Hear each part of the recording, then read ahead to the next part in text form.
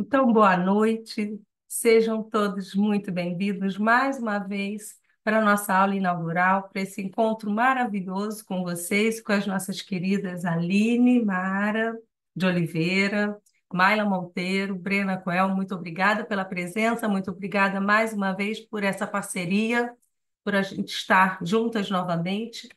Hoje a nossa aula inaugural é de transtornos motores da fala no TEA. É um curso que vai iniciar em agosto e a gente vai falar um pouquinho sobre esse tema. Eu vou apresentar a nossa querida Aline mais uma vez. Minha querida, muito obrigada. Aline, que está sempre conosco, trazendo cursos diferentes, todos sobre o tema, mas com abordagens e enfoques diferentes. Boa noite. Boa noite, pessoal. Que honra estar aqui, né, com vocês todos, dedicando um tempinho do dia a dia que a gente tem aqui para falar de um assunto que a gente ama tanto, né? A Aline é professora adjunta da Universidade Federal de Santa Catarina, UFSC. É pós-doutora em fonoaudiologia pela Unesp Marília, fez o doutorado pela Unesp São José do Rio Preto, fez o curso no Queen Margaret University em Edimburgo, na Escócia, tem mestrado em estudos linguísticos pela USP São Paulo, fez especialização na Santa Casa de São Paulo, é fonoaudióloga pela Unicamp, formada pela Unicamp, pesquisadora e em transtornos dos sons da fala e transtornos da comunicação e linguagem. Muito obrigada, Aline, e coordenadora do nosso curso e dessa área de transtornos dos sons da fala, de um modo geral, não é isso? Isso. Você quer apresentar ou quer que eu apresente? Eu apresento, porque é uma honra ter elas aqui. Claro que elas vão falar melhor, né, de todo o perfil, de toda a carreira delas, mas é uma honra ter a Brena e a Mayla aqui, porque ambas são pessoas assim que eu admiro muito profissionalmente, pessoalmente, e acho que, como a gente viu na primeira turma, né, agregou e assim subiu muita barra, né, do que a gente sabia. Então a gente fez uma interação muito legal, tanto que esse curso foi pedido várias vezes. Então a Brena, né, Thalita Coel é terapeuta ocupacional, tem uma formação exemplar, né? Foi formada pela pela UFSCar, mestrado também pela UFSCar, tem certificações, acho que internacionais. Ela sempre está se dedicando, né, às nossas crianças, principalmente com TEA, né, Brena? Acho que se você quiser falar um pouquinho da sua formação. Bom, então, Outra gente falar. como a Aline já me apresentou, fico muito feliz também de fazer parte, né? Eu brinco que a Aline foi um presente de trabalho, que a gente se conheceu e a gente tivemos trocas importantes. Então, muito obrigada por também ter me convidado para fazer parte desse curso. E a minha formação, aí, como vocês estão vendo, né? Então, eu sou terapeuta ocupacional, possuo a certificação internacional em integração sensorial de ES, que é uma formação específica para trabalhar, né, com integração sensorial. Também sou especialista em desenvolvimento infantil e especialista em ABA. Inclusive, na especialização de ABA que eu conheci a Maila, que a gente vai falar depois um pouquinho dela. E possuo cursos aqui na área, né, de integração sensorial, cursos avançados de integração sensorial, não somente aqui no Brasil, mas também fiz cursos no exterior. Até no outro slide eu até já acrescentei que esse ano eu fiz mais dois, um em Portugal e um na Espanha, e um focado também em seletividade alimentar. E o outro focado no brincar, né, que eu acho que também é uma abordagem que ajuda bastante a gente a ampliar os olhares, principalmente das crianças com TEA. E atualmente eu atuo com supervisão clínica, com supervisão de equipes e também ministro cursos e sou professora em duas pós-graduação, uma de análise do comportamento e uma de integração sensorial.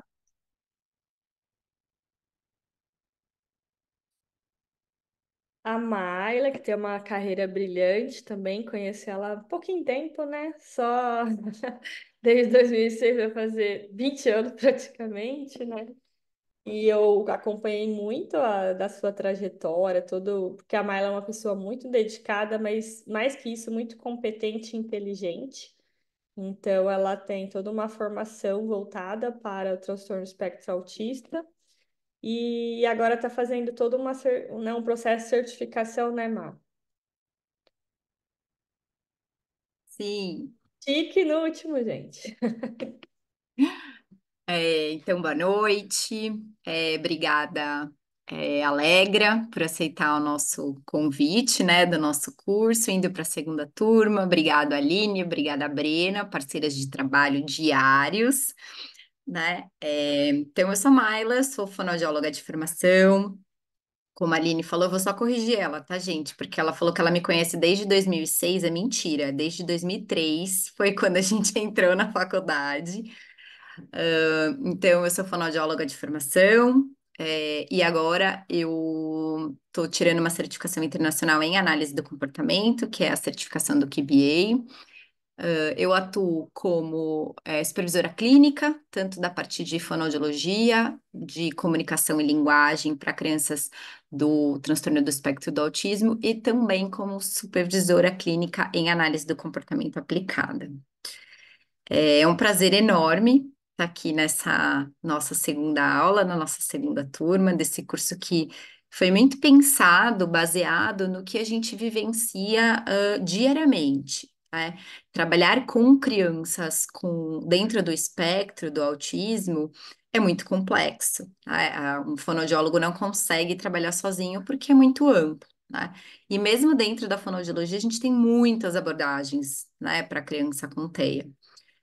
Já pegando o gancho de uma pergunta que eu vi aqui, né? Se a abordagem é somente para o TEA, Patrícia, essa abordagem que a gente vai trazer, ela não é somente para o TEA, mas o nosso curso vai focar em crianças dentro do espectro do autismo. Então, tanto a parte comportamental, como a parte de transtornos motores de fala, ou a parte da Brena de integração sensorial, a gente vai direcionar para o espectro do autismo, mas nenhuma dessas abordagens que a gente vai apresentar aqui, ela é específica para a TEA. Eu posso utilizar para crianças que tenham, por exemplo, só o diagnóstico do transtorno do espectro do autismo.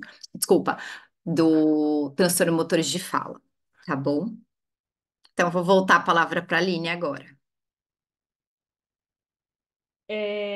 Então, esse curso foi pensado com muito carinho, mas mais que isso, por meio de uma demanda, né? Que sempre nos cursos que a gente dá separadamente mesmo, né?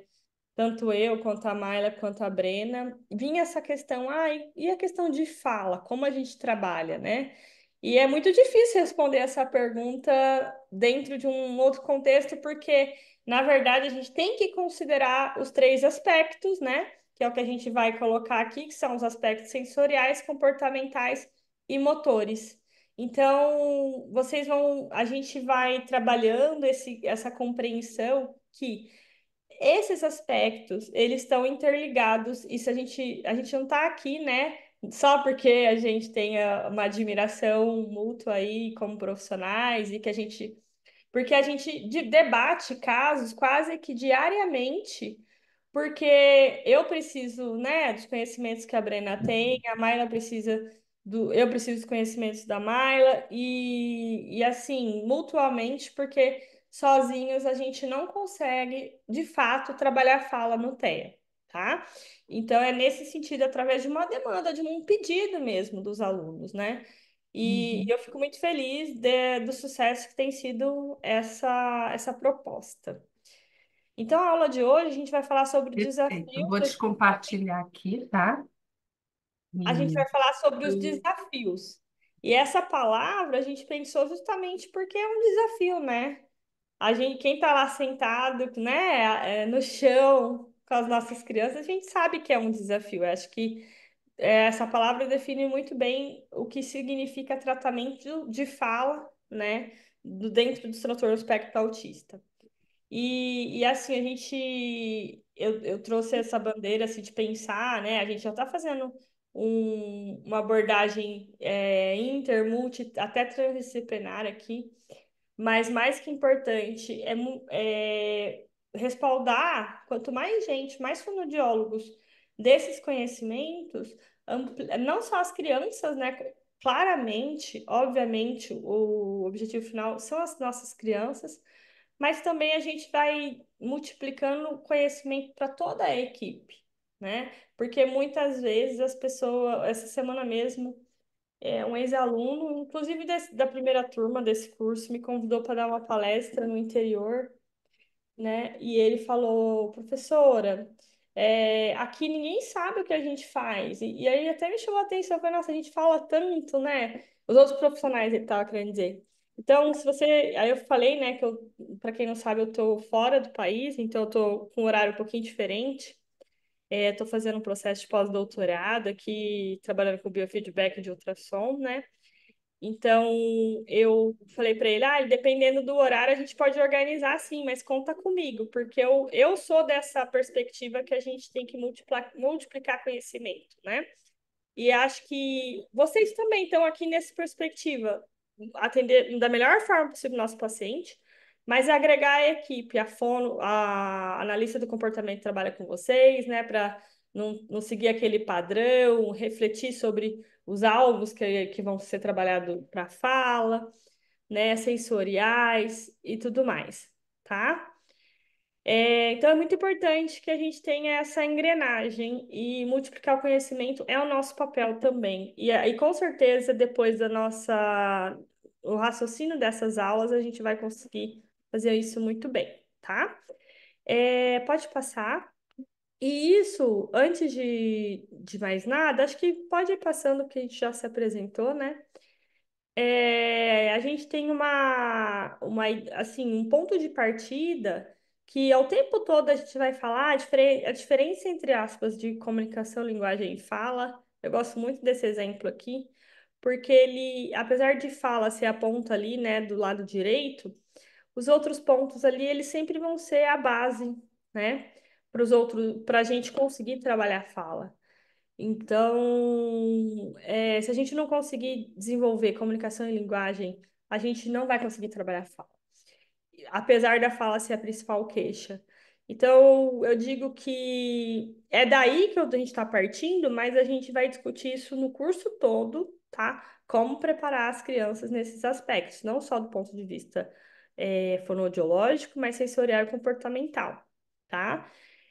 Mesmo nas intervenções de fala, a gente vai agregar o tempo todo essas questões sensoriais e comportamentais, porque se essas questões não estiverem ajustadas, a gente sabe que nenhuma terapia de fala, né, motora de fala, vai ter sucesso. Pode passar. E a boa notícia, né, é que, embora a literatura ainda não é só a gente, né, que lá que está no chão, que está atendendo, né? Que apesar é uma coisa eu sempre penso assim, é uma coisa muito contraditória na minha cabeça, né? Porque apesar de fala ser a principal queixa das famílias e dos profissionais, tem poucos estudos, né? Recentemente a gente tem uma boa notícia que estão surgindo estudos tutoriais, guias clínicos, que é o que eu vou trazer para vocês, da parte de fala. Mas até, assim, né, a Maila falou, vai fazer 20 anos, faz 20 anos que a gente se conhece. Dentro desses 20 anos, né, que eu sou formada, que eu tô dentro da área da fonoaudiologia, esse assunto é pouco tratado.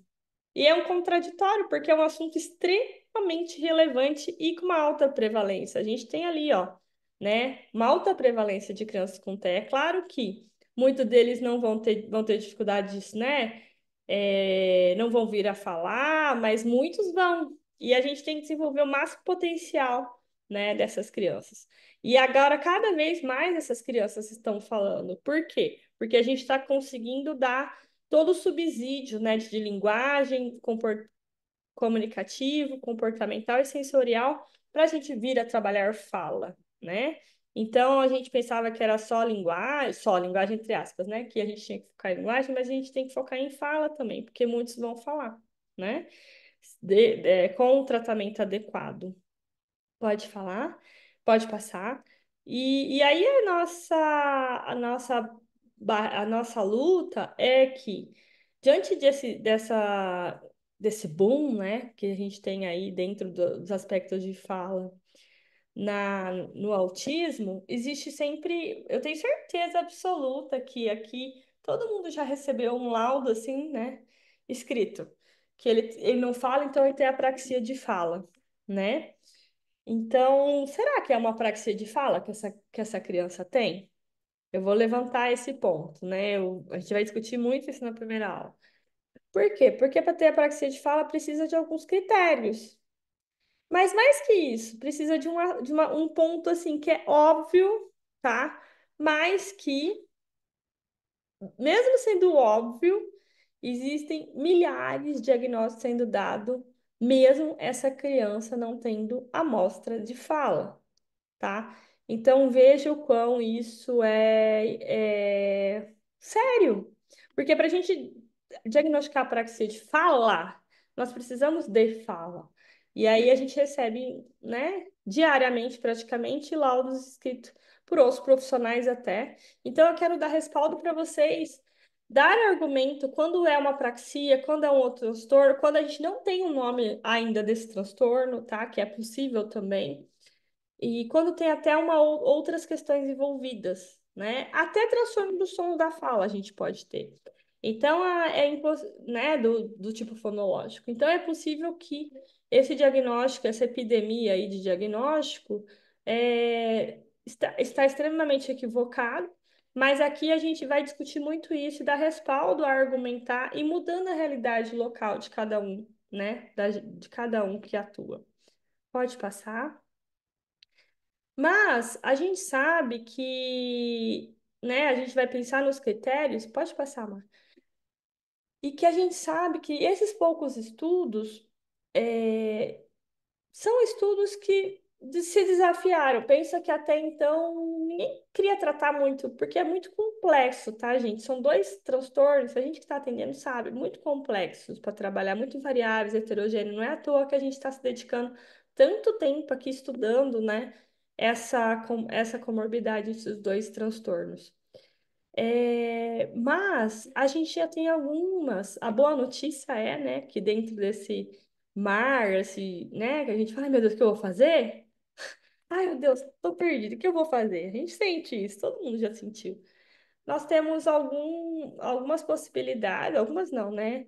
Uma grande possibilidade pode passar da própria ASHA, né, que é a Organização Internacional da Fonoaudiologia Americana, que vai nos instruindo como fazer a avaliação, quais os critérios avaliativos importantes do desenvolvimento, de comunicação, de linguagem, a própria avaliação motora, a própria avaliação de CA, dependendo do perfil dessa criança, né?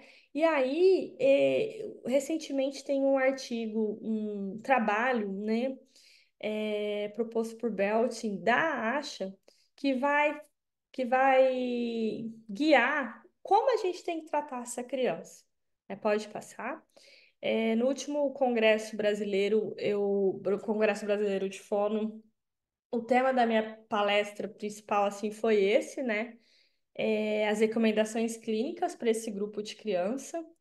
E a minha principal referência foi esse. Eu gosto muito dessa autora, né? Ela trabalha com o autor dos princípios de aprendizagem motora, tá, gente? Então, tudo que a gente sabe de de princípios, né, de como trabalhar com a criança com problemas motores de fala, é, é ele que definiu lá quando tudo era mato ainda, né? Então, ela trabalha com ele, então é uma pessoa extremamente confiável, né? Fora que está na ASHA, que é um artigo extremamente relevante e com recomendações clínicas. Então, é de 2022, para a literatura extremamente recente, tá? Para esse curso, turma 2 eu já tenho outro material que a gente estava discutindo, né? O que a gente vai trabalhar no curso, um outro material que aborda já, tá? Questões corporais, sensoriais assim, um pouco mais aprofundado, porque a gente já sabe, né, comportamentais também, a gente já sabe que esse material já traz isso, mas tem um pouco mais aprofundado algumas questões, eu vou já trazer na turma 2, tá? Que é um artigo de Namazi Vayan. E então eu acho assim que a gente tem caminhos agora, né, que diminui um pouco essa angústia, essa ansiedade que a gente tem quando chega uma criança com essas duas comorbidades, tá? Pode passar. Então não adianta aplicar um método específico, né, de intervenção que para transtorno motor de fala. Porque, na verdade, a gente vai adaptar uma série de coisas da avaliação, né? A gente pode passar, mas a gente vai adaptar coisas da intervenção, tá?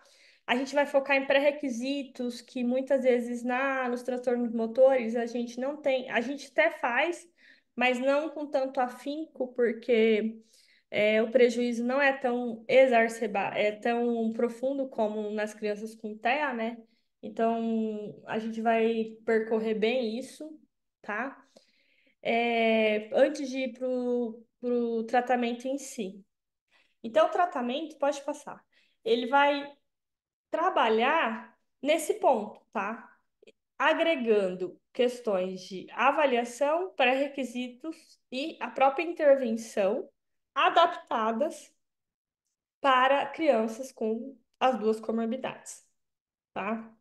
Parece assim, nossa, meu Deus, que difícil que ela tá falando.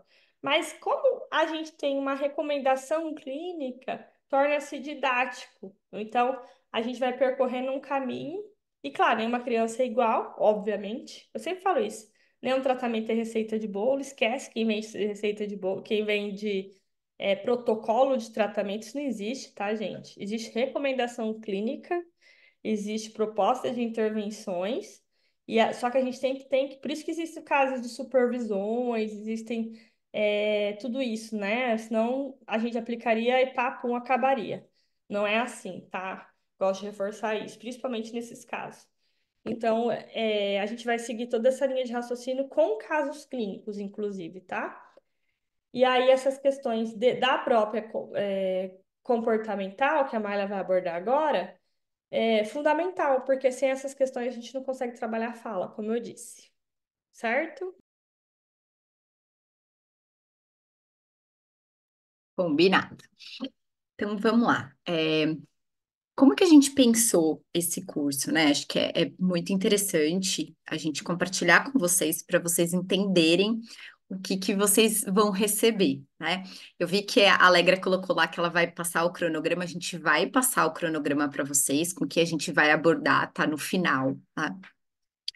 Mas é interessante o que a Mayla está fazendo aqui, o que a Aline está fazendo aqui, o que a Brena está fazendo aqui, né? Então, a Aline, como todo mundo sabe, é expert, né? Uma das fonos referências na área de transtornos motores de fala.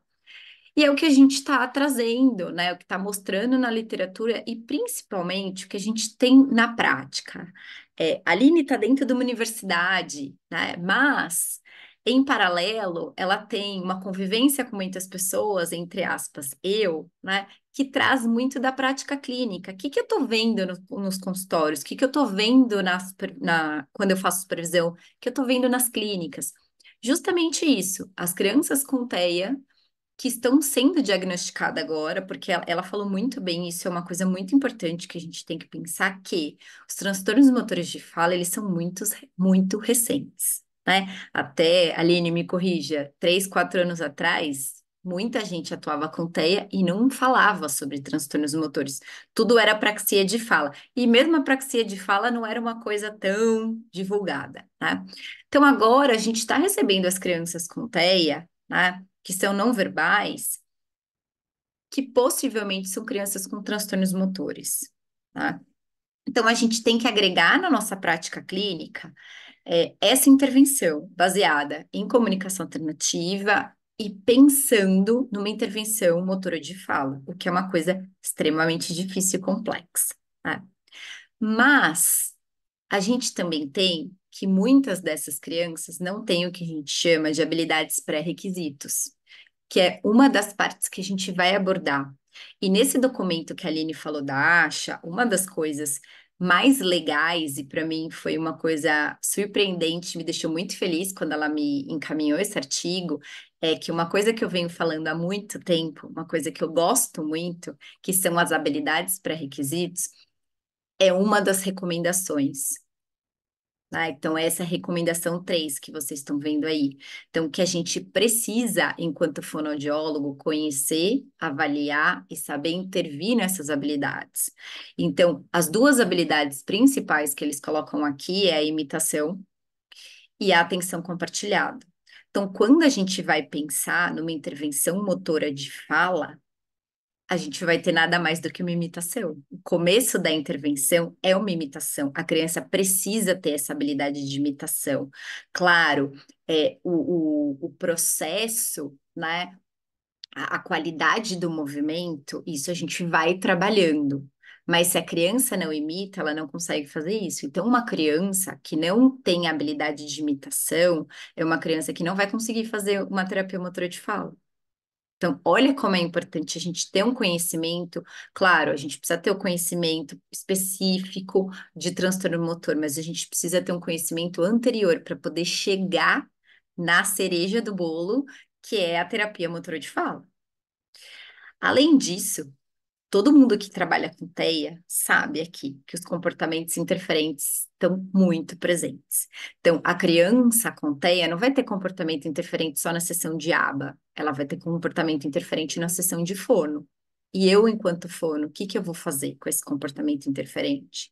Se você tiver uma sorte muito grande de trabalhar com uma equipe aba que está empenhada em compartilhar conhecimento, perfeito, maravilhoso. E se você não tiver, que é a realidade de muitos profissionais que a gente tem aqui, o que que eu vou fazer? Eu preciso saber.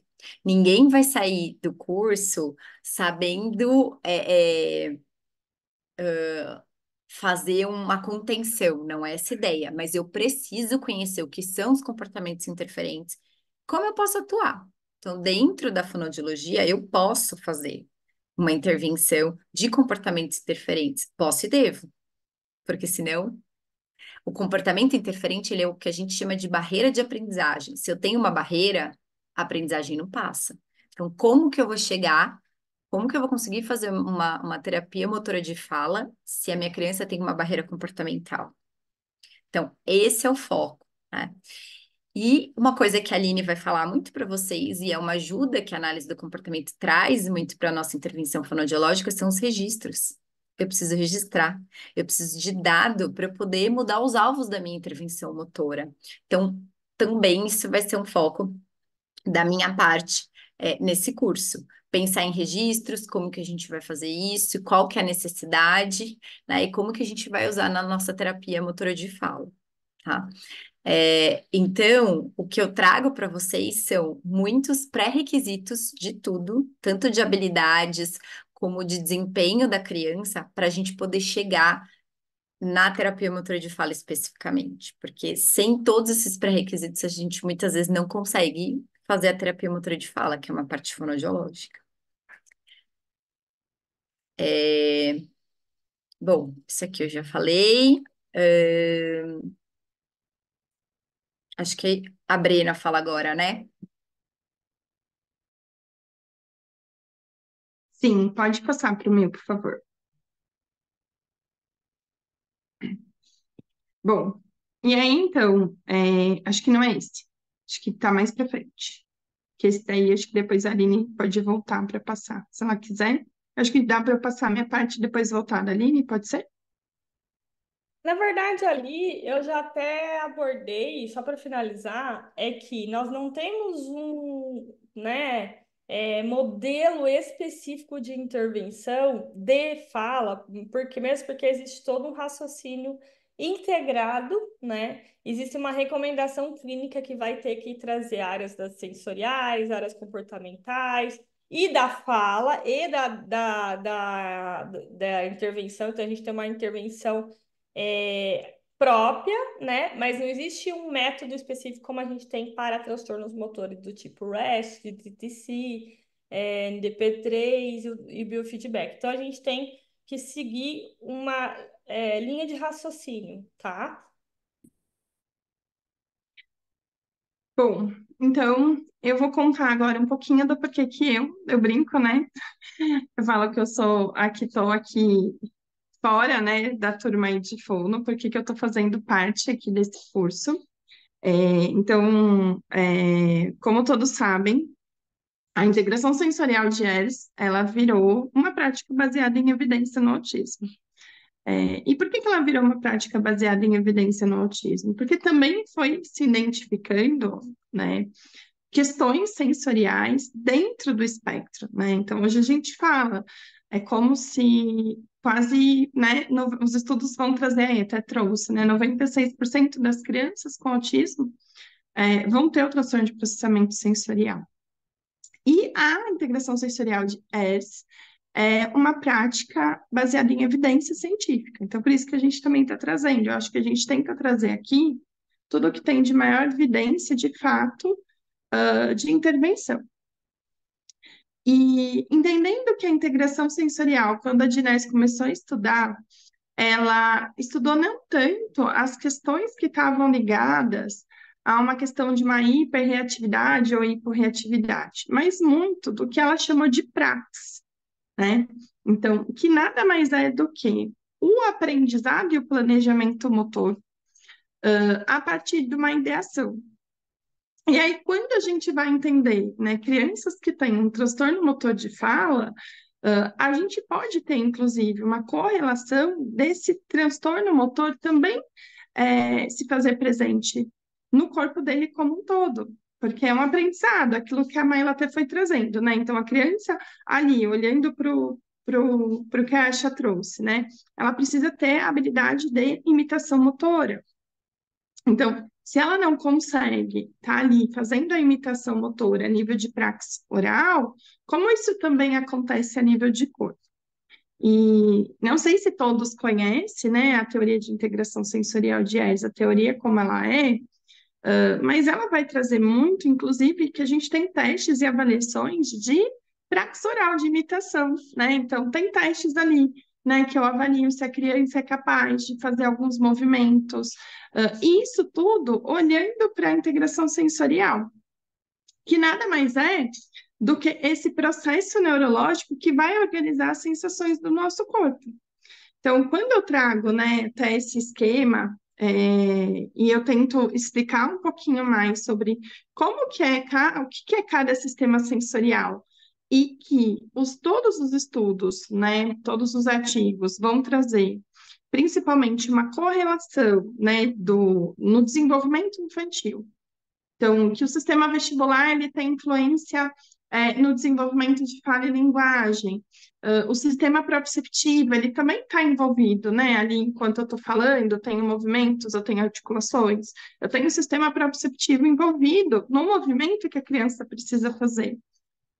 Então, às vezes a gente vê uma criança até mesmo com uma hipotonia, né? Um baixo tônus, e que, na verdade, isso é generalizado, principalmente no TEA. E hoje a gente tem visto muitas crianças dentro desse perfil. Isso, Bre, isso que eu ia falar. Nossa, muitas, né? E antes passava batido, né? Exatamente. E aí, o que a gente vai tentar trazer? Se ele não consegue ter uma ativação proprioceptiva, né, ou mesmo uma consciência corporal para ficar sentado para um treino motor, ele não vai dar conta de fazer o treino motor. E é isso que a gente vê na grande maioria das crianças, né?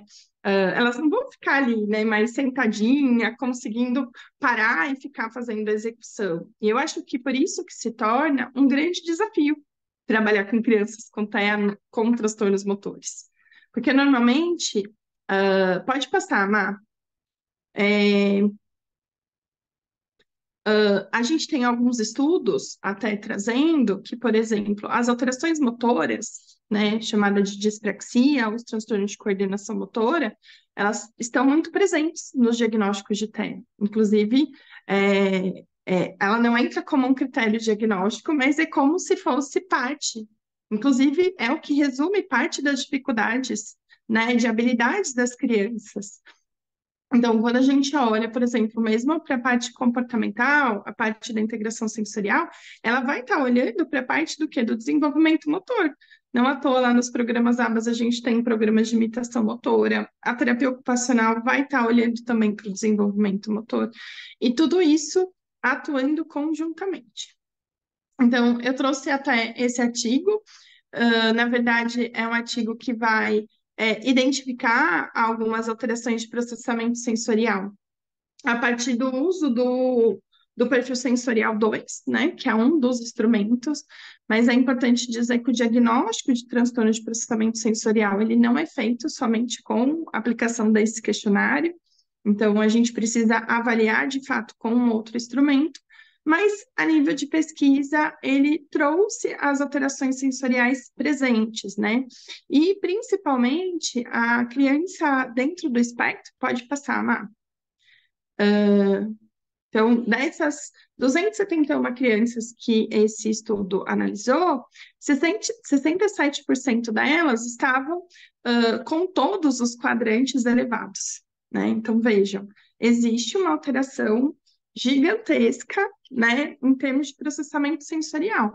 Por isso que eu falo que é como se fosse parte das crianças com TEA, né? Faz parte desse diagnóstico a alteração de processamento sensorial. E se eu estou dizendo que elas, 67% delas estavam com o score, né, mais alto em todos os quadrantes do perfil sensorial, eu estou dizendo também que, de alguma forma, essa criança ela está fora da curva, da grande maioria, porque é isso, tá?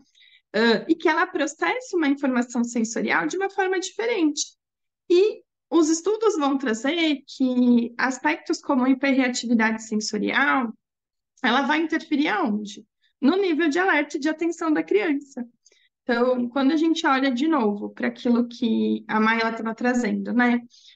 Existem comportamentos interferentes que são barreiras de aprendizado, e as alterações sensoriais também podem ser.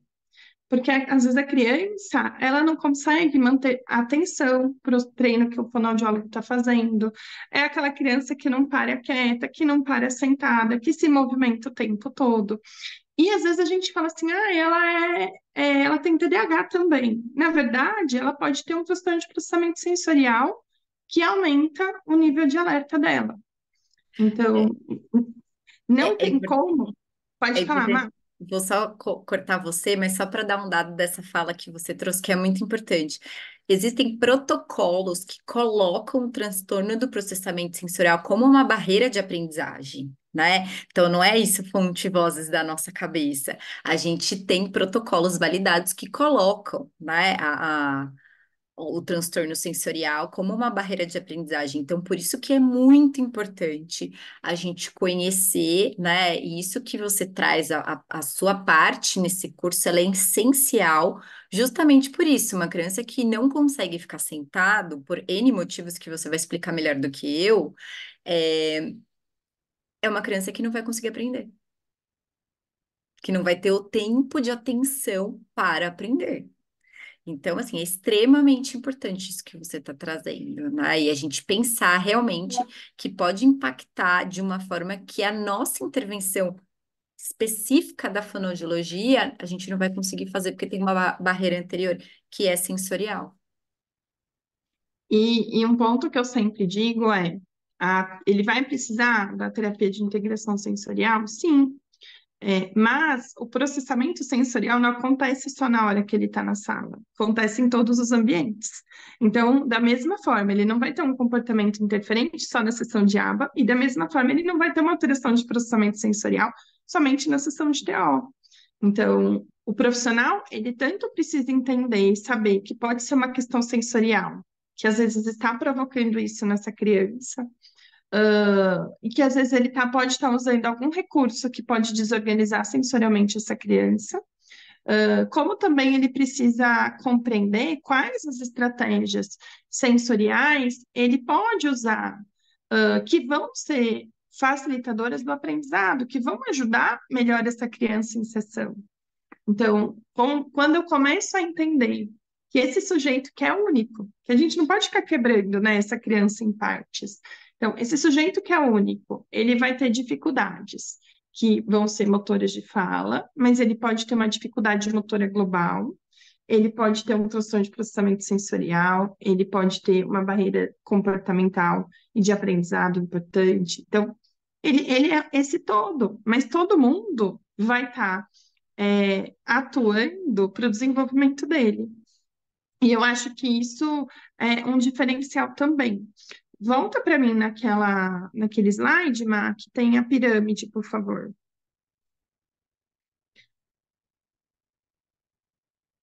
Acho que está antes.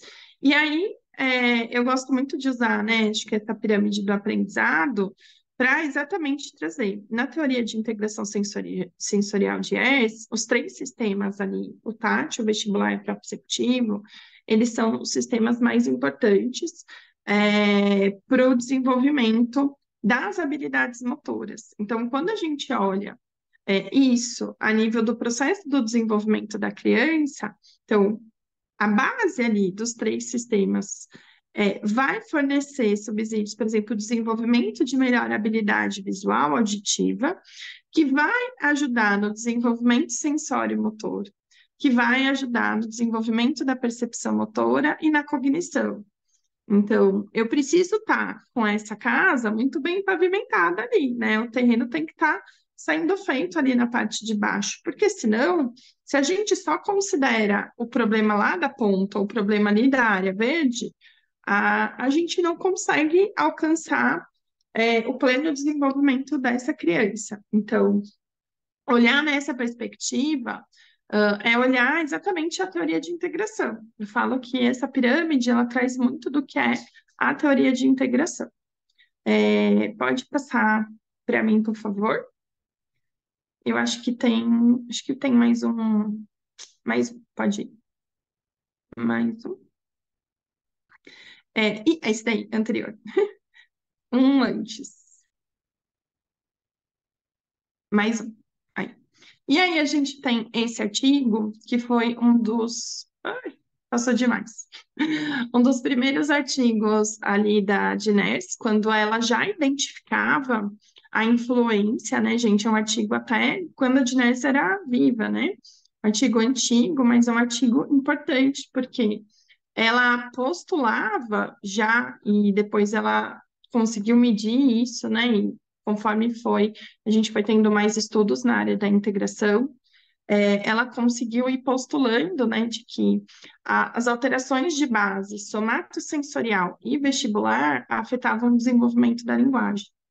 Então, ela já trazia, né, alterações ali ligadas, principalmente ali nas desordens, vejam lá, desordem vestibular e apraxia, então ela já trazia o quanto que o sistema vestibular, ele era um sistema sensorial diretamente envolvido em problemas de fala e linguagem nas crianças, tá? E ali a gente nem estava falando em crianças com TEA ainda. Então, hoje que a gente tem, a gente foi aprimorando os estudos, foram desenvolvendo, eu acho que mais conhecimento, e esse conhecimento também, né, ele vai se provando. Então, hoje a gente consegue trazer mais dados e ter mais correlações do que é que está impactando nesse aprendizado. Pode passar, por favor. E aí, por exemplo, a gente tem esse outro estudo, que também é aquilo que eu já tinha trazido, né? Que 95% ali, né? Quase 96% das crianças com TEA apresentaram algum nível de disfunção de processamento sensorial. Então, ou seja, a criança que vai estar com você, fonoaudiólogo, ela não vai ter só TEA. Ela vai ter TEA, mais um transtorno de processamento sensorial, mais possivelmente um transtorno motor. Pode passar mais um. Até porque... mais um, por favor, depois volta nesse. Esse é um livro, eu brinco que é um livro bíblia, assim, né? Tudo que a gente tem de mais atualizado, de pesquisa na integração sensorial, está publicado e tem os estudos nesse livro.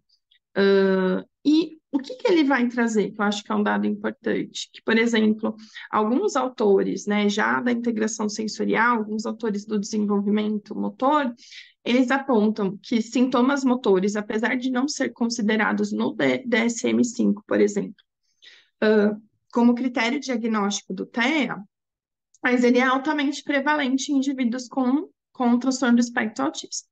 Então, déficit motores, como, por exemplo, dificuldade de equilíbrio, postura, marcha, habilidades motoras grossas, finas, planejamento motor, são encontrados em muitos estudos. Então, novamente, crianças com TEA vão ter dificuldades motoras. E essas dificuldades motoras, inclusive de corpo, né? Então, a criança precisa ficar sentada ali para estar olhando e aprendendo um novo ato motor que requer, por exemplo, que ele dissocie movimentos. Ele precisa parar o corpo dele, o tronco dele, ele se concentrar somente ali na parte motora. Isso pensando em algumas técnicas aí para trabalho com a apraxia de fala ou com os transtornos motores de fala. Só que se essa criança ainda não tem essa consciência corporal para ficar sentado, para dissociar movimentos, ele não vai conseguir estar tendo esse aprendizado motor, tá? E também, né, alguns autores ali vão estar trazendo os problemas, principalmente de praxe, que é essa ideação, planejamento, motor e execução, correlacionado com problemas tanto comportamentais quanto de comunicação no autismo. E então, novamente, a gente precisa estar falando junto, porque tanto aspectos comportamentais quanto os aspectos ali na comunicação, na fala e na linguagem estão envolvidos nessa criança e também as alterações de processamento sensorial. Então, não dá para a gente separar, né? Dá para a gente dizer que as coisas acontecem junto. E a gente precisa entender dessas três óticas para a gente saber como trabalhar, como atuar e como está desenvolvendo uma melhor intervenção. Então, eu vejo que a ideia, né, de eu estar aqui presente nesse curso é de trazer para vocês algumas questões que envolvem alterações de processamento sensorial, como vocês podem também estar identificando ou não a necessidade de às vezes estar encaminhando ou pedindo suporte também do terapeuta ocupacional nos casos, mas também de vocês conseguirem identificar algumas estratégias que podem ajudar na prática de vocês, tá? Então, a ideia é a gente também estar falando sobre algumas acomodações sensoriais que podem estar ajudando para a prática do fonoaudiólogo, tá? Então, pode passar.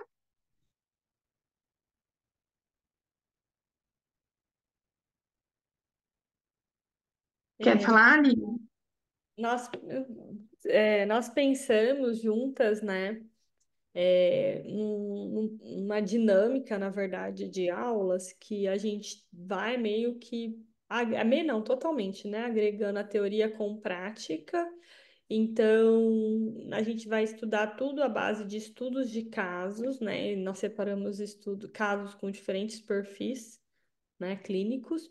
Então, a primeira aula é para trazer esses casos, apontar as principais demandas desses casos, né?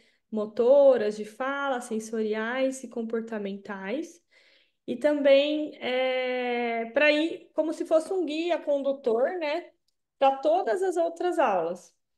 Então, aí a gente segue com as aulas de intervenção comportamental, que é com a professora Mayla, dia 26 e dia 2, né? Que ela vai tratar dos temas que ela falou hoje. Eu vou falar sobre a parte de fala, propriamente dita, 9, 16 e 23 de setembro. E depois a Brena vai falar sobre as questões sensoriais, né? Em outubro. Pode passar o slide. 30, 7 e dia 10. E no final, a gente vai agregar novamente, né? Na verdade, dia 22, se eu não me engano, a última aula, né? Nós vamos agregar novamente os casos, porque aí, claro, nós apresentamos as dificuldades, que é aquilo que a gente encontra na clínica. Ai, meu Deus, o que que a gente faz? Aí, durante as aulas, a gente vai trazendo isso à luz, né? Discutindo com vocês, para a gente amarrar. E nesse último encontro, não só os casos que nós trouxemos, mas os casos de vocês. Então, vai funcionar como uma mentoria mesmo, né? dos casos que a gente trouxe como exemplo na aula, mas também os casos que deu tempo de vocês aplicarem, de vocês refletirem e trazer para a aula para nós, né, ajudarmos você no atendimento, tá? Então, funcionou muito bem na turma um, a gente retomou essa dinâmica, né? Porque time que tá ganhando não se mexe. E aí, só para já trazer para vocês que esse último dia é de vocês, né? Todos os dias, mas esse é de vocês, para trazer, pedir ajuda para gente, né? E a gente, com certeza, muitas coisas vocês já vão estar claro na cabeça, mas, ai, o que que eu devo fazer com o caso X ou Y? Então, é muito, muito rico mesmo, tá? Então, a gente espera vocês no curso. A Alegra vai falar aqui um pouquinho, né, da proposta da Fonotrade, mas o que a gente, vocês viram que a gente não fala nada de uma frase que a Maila sempre usa, que é fonte de voz das nossas cabeças, né? A gente não usa nada das nossas cabeças, é tudo pautado mesmo, então aquilo que existe curso por aí que trata de X ou Y, se não tiver alguém que já testou, evidências e tudo mais, a gente não vai trazer, tá? Eu tenho essa conduta e a Mayla e a Brena também, eu sei. Então é importante reforçar isso, que o que tem aqui a gente está respaldado, né? O que tem de melhor, porque assim a gente oferece o melhor para o nosso filho. Então é justo que os pais também ofereçam o melhor que pode para os filhos dele, né? Então, não o que as pessoas acham que é melhor. E é isso, sejam bem-vindos.